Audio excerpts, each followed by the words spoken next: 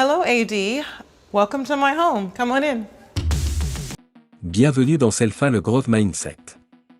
Aujourd'hui, nous allons plonger dans l'esprit d'une légende. Pas l'esprit d'une championne ordinaire, mais celui d'une femme qui a transformé le doute en puissance, la pression en carburant et la douleur en renaissance. Serena Williams n'a pas seulement remporté des titres. Elle a prouvé que la victoire commence dans la tête, bien avant d'être visible sur le terrain. Installe-toi. Respire. Prépare-toi. Parce que ce que tu vas entendre peut transformer ta manière de gérer la pression, les échecs et ton propre potentiel. Serena Williams n'est pas seulement l'une des plus grandes athlètes de tous les temps. Elle est l'une des plus grandes forces mentales que le monde du sport ait jamais connues. Ses victoires, ses trophées et ses records ne sont que la partie visible de son histoire. La partie invisible, celle qui a véritablement façonné sa légende, se trouve dans son mental. Un mental construit dans l'adversité, affûté dans le silence et renforcé loin du bruit de l'approbation publique. Le succès de Serena n'est pas uniquement le résultat de sa technique ou de sa puissance physique. C'est l'œuvre d'une architecture mentale forgée par la croyance en soi, la discipline, la résilience, la maîtrise émotionnelle et la capacité à avancer seul quand il le fallait. Pour comprendre la grandeur de Serena, il faut d'abord comprendre le monde intérieur qu'elle a bâti longtemps avant de devenir une icône mondiale. Quand Serena était enfant, vivant à Compton, elle n'avait pas le confort ou la sécurité que beaucoup de futurs champions connaissent. Elle jouait sur des terrains fissurés, avec des filets déchirés, au milieu du bruit, du chaos et du danger. Mais elle avait aussi quelque chose que l'on ne peut ni acheter, ni offrir, une famille avec une vision, un père convaincu de son potentiel et une détermination brûlante qu'aucune circonstance ne pouvait éteindre. La jeunesse de Vénus et Serena Williams tient dans l'ego d'un père apprenti sorcier, qui entraîne sa famille dans des rêves aussi lunaires qu'arbitraires.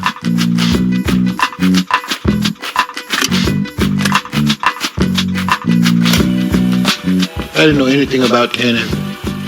I'm not even sure if I ever seen a tennis ball. Before they were born, I had seen a tennis match on TV, and Virginia Rizek was the recipient of $40,000 for a tennis tournament for 4 days. So I went to their mom and said, I want to have 2 kids, and they're going to be professional tennis players. Alors que les autres doutaient d'elle, alors que le monde l'observait avec scepticisme, Serena développait quelque chose d'exceptionnel, une croyance inébranlable en elle-même. Ce n'était ni de l'arrogance ni une illusion. C'était de la clarté intérieure. Elle comprenait, dès son plus jeune âge, que la grandeur commence à l'intérieur, longtemps avant qu'elle devienne visible à l'extérieur. Elle n'attendait ni permission, ni validation, ni reconnaissance. Elle construisait sa confiance dans le silence, protégée par son cercle familial. Cette croyance est devenue son socle. Elle lui a permis d'entrer dans des tournois où personne ne l'attendait et d'en ressortir avec des trophées que le monde ne pensait pas l'avoir soulevés. Lorsqu'elle perdait, lorsqu'elle était critiquée ou lorsqu'elle était comparée défavorablement à sa sœur Vénus, elle ne se brisait pas. Elle analysait, se relevait, se renforçait. Elle apprenait à se définir par sa mission, pas par les opinions. Elle comprenait que chaque champion devient champion dans sa tête avant de l'être sur le terrain. Très tôt, Serena a appris que l'on ne peut pas laisser trop de voix entrer dans son esprit. Trop de conseils, trop d'opinions, trop de bruit, cela détruit la clarté. Alors elle a gardé un cercle réduit. Elle a protégé son environnement. Elle s'est entourée de Vénus, de ses parents et de quelques personnes capables de respecter son objectif. Elle n'a jamais cherché la foule. Elle cherchait la concentration, la discipline et la lucidité. Les champions ne grandissent pas en essayant de plaire à tout le monde. Ils grandissent en protégeant leur énergie. En avançant dans sa carrière, une chose est devenue évidente, Serena ne craignait pas la pression. Elle la transformait. Beaucoup d'athlètes s'effondrent sous la pression parce qu'ils la perçoivent comme une menace. Mais les obstacles qu'elles vont affronter sont aussi l'Amérique. Les discriminations, le sectarisme, la peur, la haine. Du ghetto où elles ont grandi, au plateau d'Hollywood, Venus and Serena gonna shake up this world. le scénario des sœurs Williams n'est pas une success story comme les autres. Vénus et Serena n'ont pas seulement fait sauter les codes, Elles ont obligé l'Amérique à reconnaître ces éternels parias comme ses propres enfants. Serena, elle, la percevait comme une opportunité. Elle savait que la pression révèle l'essence d'un individu. Elle expose la préparation, la vision intérieure, la constance mentale. À chaque tie-break en finale de Grand Chelem, à chaque balle de match contre elle, à chaque moment où le stade retenait son souffle en pensant la voir tomber, elle devenait encore plus dangereuse. Son regard changeait, sa respiration devenait plus profonde, sa posture plus ferme. La pression ne la diminuait jamais. Elle la focalisait. Elle n'était jamais aussi forte que lorsque le moment était trop grand pour les autres. Sur le court, Serena utilisait des techniques mentales que la plupart des gens ignorent. Elle pratiquait la visualisation pour anticiper ses réactions émotionnelles et ses coups. Elle utilisait la respiration profonde pour réinitialiser son système nerveux pendant les moments chaotiques. Elle parlait à elle-même de manière stratégique, pas impulsive. Ces « comment » n'étaient pas des performances pour le public. C'étaient des signaux internes pour reprendre le contrôle. Ces murmures étaient des ancrages pour retrouver la lucidité. Serena comprenait que la conversation intérieure construit ou détruit la performance. Et elle s'assurait que la sienne reste celle d'une guerrière. Rien n'était laissé au hasard. Sa gestion émotionnelle, sa présence, son intensité étaient toujours alignées sur un seul objectif, gagner le combat intérieur avant de gagner le combat extérieur. Sa capacité à rester calme ne venait ni du talent ni du hasard. Elle venait de la discipline. Elle venait de milliers d'heures à entraîner son esprit à répondre plutôt qu'à réagir. Elle savait qu'on ne domine pas un match en laissant ses émotions décider. On le domine en maîtrisant la tempête intérieure avant d'affronter celle qui se déroule autour de soi. Serena avait cette capacité à réduire le monde à un point unique. La balle. Le moment. La mission. Rien d'autre n'existait. Ni les critiques, ni les attentes, ni le regard du public. La mission seulement. C'est pour cela que la pression ne la brisait jamais. Elle la révélait. Mais la partie la plus inspirante de l'histoire de Serena Williams est sans doute sa résilience. Après avoir remporté de multiples titres et atteint le sommet, elle a été frappée par un événement que personne ne prévoit, une embolie pulmonaire qui a failli lui coûter la vie. Mais Compton et sa violence vont les stopper dans leur élan. A tragic story from Compton, California tonight. The older sister of tennis stars Venus and Serena Williams was shot to death today. Sheriff's officials say some sort of confrontation in this Compton neighborhood south of Los Angeles led to the shooting death of 31-year-old Yatende Price, the oldest sister of tennis stars Venus and Serena Williams.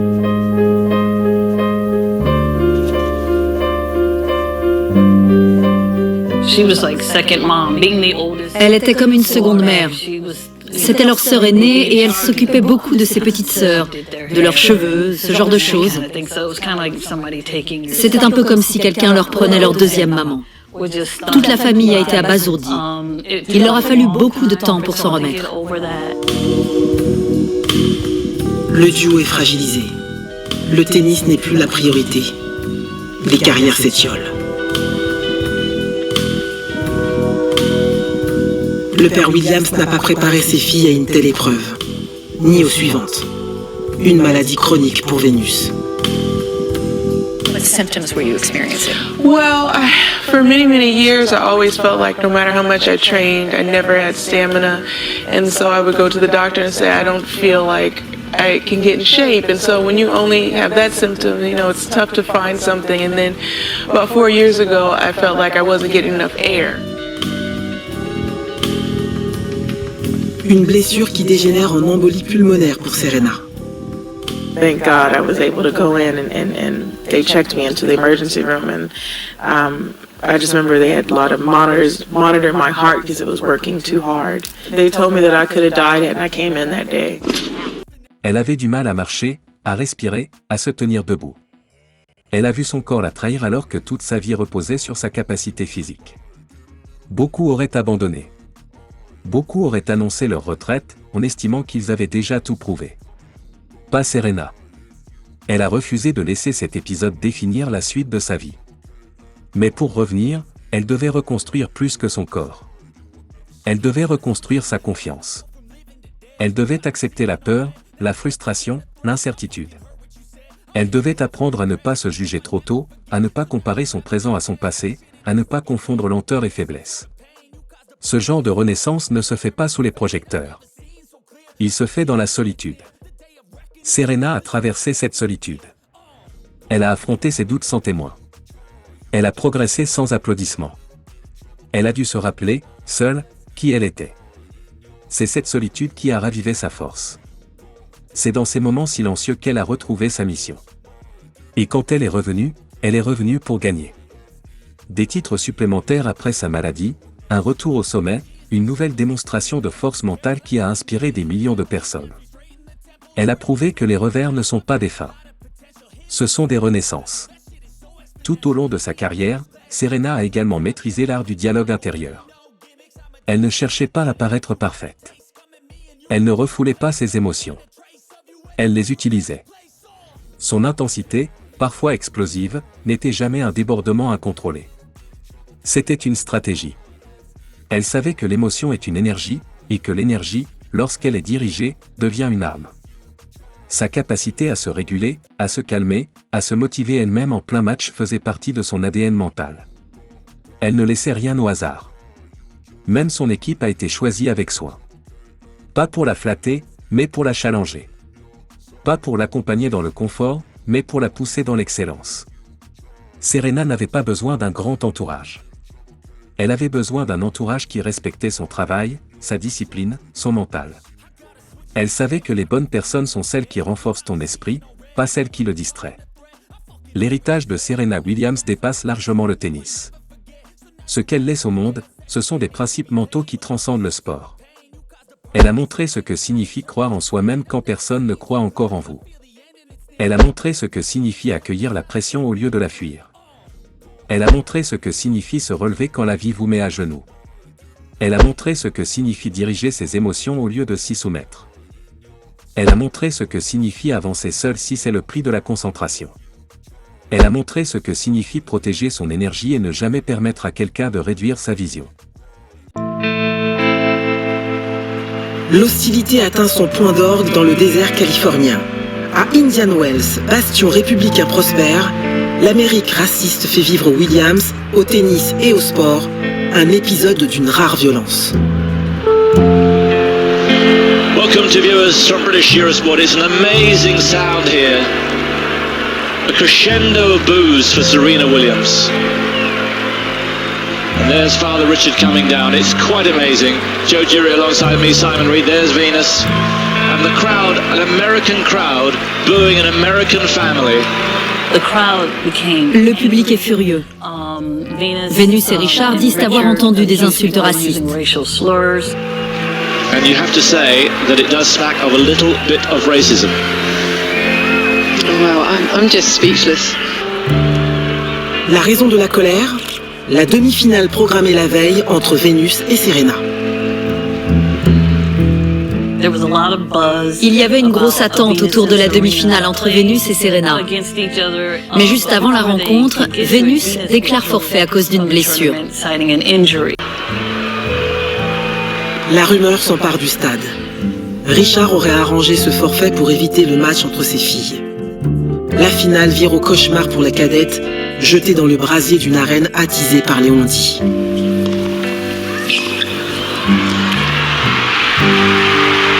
She's got it.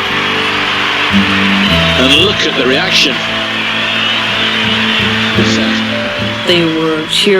La foule applaudit les fautes de Serena, encourage son adversaire belge. Or, Vénus et Serena viennent de Californie, donc elles sont chez elles, mais elles sont huées.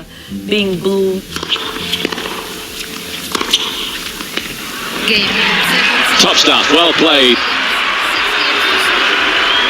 Surmonter la sidération, Richard Williams refusera de faire de cette finale un traumatisme familial. You boo us. It doesn't hurt us. Because we was taught for things like that many, many years ago. We came up in the 40s and the 50s, I did. And I put the same training in them. And that's why they're so composed as young ladies today. Une position partagée par ses filles. Comme s'il n'existait qu'une seule réponse possible à l'hostilité d'Indian Wells. My parents were so pro-Black, is what I mean, and they really taught us from a young age that we're going to face different things that other people aren't going to face, and we were okay with that because we knew that we were prepared for that. That's just the way the society is currently. She's a champion again. Malgré le déchaînement de la foule, la cadette s'impose. Le 17 mars 2001 est une victoire au goût amer et reste un choc dans la mémoire collective du tennis. Son parcours inspire les entrepreneurs, les étudiants, les sportifs, les leaders, les parents et toutes les personnes qui veulent atteindre quelque chose de grand. Dans les affaires, sa mentalité vous enseigne l'importance de rester concentré même quand tout s'accélère autour de vous. Dans la vie personnelle, elle vous rappelle que chercher la validation des autres affaiblit votre pouvoir intérieur. Dans les moments de difficulté, elle vous montre que la douleur est parfois une passerelle. Dans le leadership, elle vous enseigne que l'on doit d'abord se diriger soi-même avant d'espérer diriger les autres. Dans l'ambition, elle vous rappelle que la discipline est plus importante que le talent. Finalement, Serena Williams incarne une vérité que beaucoup entendent mais peu appliquent, la grandeur n'est pas un événement. C'est un état d'esprit. C'est une décision quotidienne. C'est un engagement envers soi-même. Le monde célèbre la championne, mais la championne a été forgée longtemps avant que le monde ne la voie. Elle a été forgée dans les terrains de Compton, dans les heures silencieuses de doute, dans les respirations profondes des moments de pression, dans les nuits où elle devait continuer quand personne ne la regardait. Elle est devenue Serena Williams non pas quand elle a gagné, mais quand elle a refusé d'abandonner. Si vous voulez créer une vie exceptionnelle, vous devez apprendre à penser comme Serena. Croire quand d'autres doutent. Rester concentré quand d'autres se dispersent. Avancer quand d'autres renoncent. Protéger votre énergie. Dire non au bruit. Dire oui à votre mission. Et surtout, vous rappelez que la force la plus importante n'est jamais autour de vous. Elle est en vous. La grandeur n'est jamais un accident. C'est un choix. Serena Williams a fait ce choix chaque jour. Maintenant, c'est votre tour. Avant de conclure cette vidéo, il est essentiel de comprendre que le parcours de Serena Williams n'est pas seulement une histoire sportive. C'est un manuel de développement personnel écrit avec la sueur, la patience, la douleur et la discipline. Et ce manuel nous offre des leçons que chacun peut appliquer dans sa vie, que l'on soit étudiant, parent, entrepreneur, employé ou jeune rêveur. Les victoires de Serena éclairent des vérités universelles que nous oublions trop souvent dans notre quotidien. Voici ce que son mental peut nous apprendre si l'on écoute vraiment. Leçon 1. Croire en soi-même quand personne ne croit encore en vous. La première leçon que Serena nous enseigne, c'est que la croyance en soi ne dépend de personne d'autre que de nous-mêmes. Quand elle frappait ses premières balles sur les terrains abîmés de Compton, il n'y avait ni applaudissements, ni journalistes, ni sponsors. Rien qui laissait penser qu'une future légende était là. Et c'est exactement ce que nous vivons dans nos propres vies.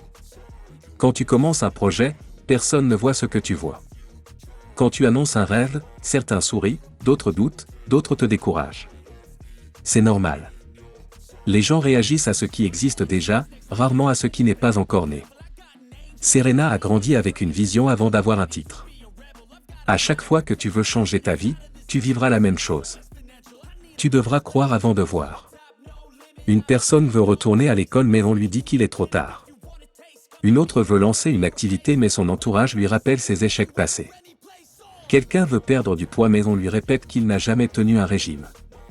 Mais tout commence par un moment simple, celui où tu décides de croire en toi, même si personne ne te suit encore.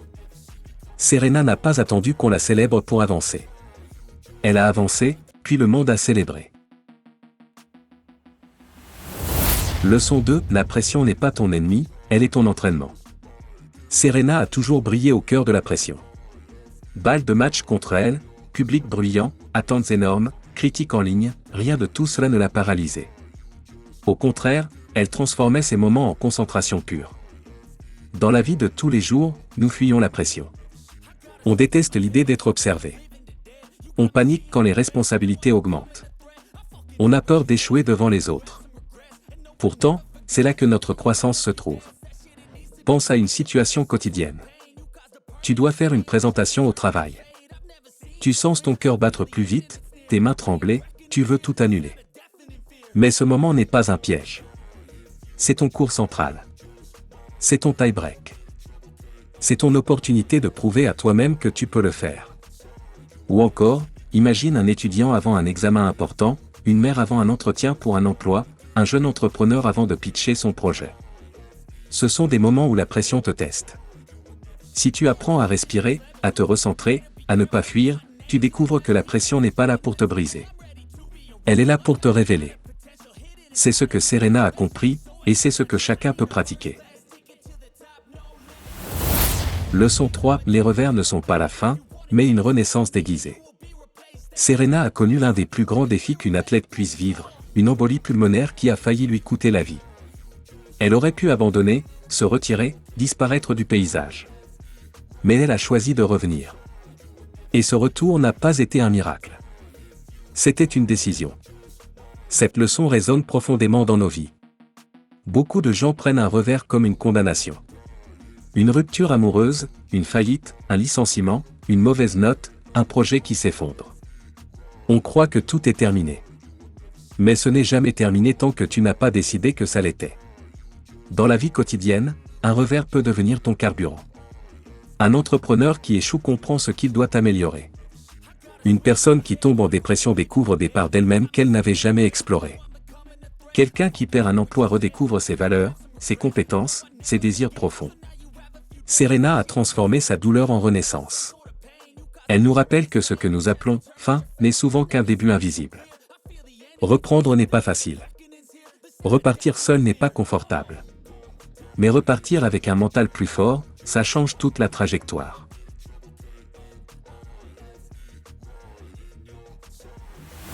Leçon 4, maîtriser ses émotions, ce n'est pas les cacher, c'est les diriger. Beaucoup de gens pensent que réussir signifie être calme en permanence, ne jamais se mettre en colère, ne jamais s'agiter, ne jamais montrer ses faiblesses. Ce n'est pas vrai.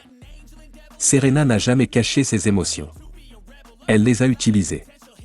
Elle criait pour se libérer. Elle se parlait pour se recentrer. Elle s'encourageait pour retrouver sa trajectoire mentale. Ce n'était pas du théâtre. C'était du leadership intérieur. Dans la vie quotidienne, nous faisons l'inverse. On étouffe, on accumule, on se retient jusqu'à exploser au mauvais moment. Or, maîtriser ses émotions, ce n'est pas les éliminer. C'est les canaliser. Imagine quelqu'un qui, au travail, reçoit une critique. Son réflexe est de se fermer. Mais une personne qui maîtrise ses émotions écoute, respire, transforme la critique en apprentissage. Imagine une mère qui perd patience avec ses enfants. Elle peut choisir d'exploser ou de se réinitialiser mentalement, comme Serena avant un point important. Imagine un sportif du dimanche frustré parce qu'il rate ses progrès. Ce n'est pas l'émotion qui détruit. C'est l'absence de direction. Serena a transformé ses émotions en énergie utile. Chacun peut apprendre à faire de même. Pas en jouant un rôle. Pas en se censurant. Mais en se dirigeant.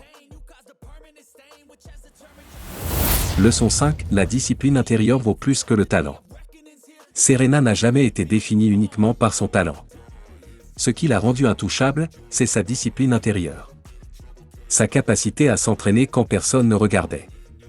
À continuer quand le monde pensait qu'elle devait arrêter. À dire non aux distractions, non au bruit, non à ce qui n'était pas aligné avec sa vision. La discipline n'est pas glamour. Elle n'est pas visible. Elle n'applaudit personne.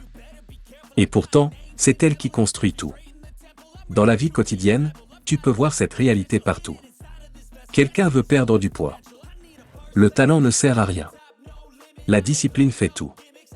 Quelqu'un veut lancer une entreprise. Le talent d'avoir une idée est inutile sans discipline d'exécution. Quelqu'un veut apprendre une langue. Le talent ne remplace pas les 20 minutes d'études répétées chaque jour. Serena nous rappelle que ce n'est pas ce que tu fais d'exceptionnellement qui change ta vie. C'est ce que tu fais régulièrement. La discipline est la preuve silencieuse que tu respectes ton futur. C'est l'acte d'amour le plus profond envers la personne que tu veux devenir. Si cette vidéo t'a inspiré, alors rappelle-toi d'une chose. Ce qui a fait Serena Williams, ce n'est pas seulement son talent, mais son mental. Et ce même mental, tu peux le développer. Continue d'avancer. Continue de croire. Continue de protéger ton énergie. Abonne-toi à Selfa le Growth Mindset pour d'autres vidéos qui t'aident à devenir plus fort, plus discipliné et plus aligné avec ta vision. Merci d'avoir regardé. À très bientôt pour une nouvelle transformation intérieure.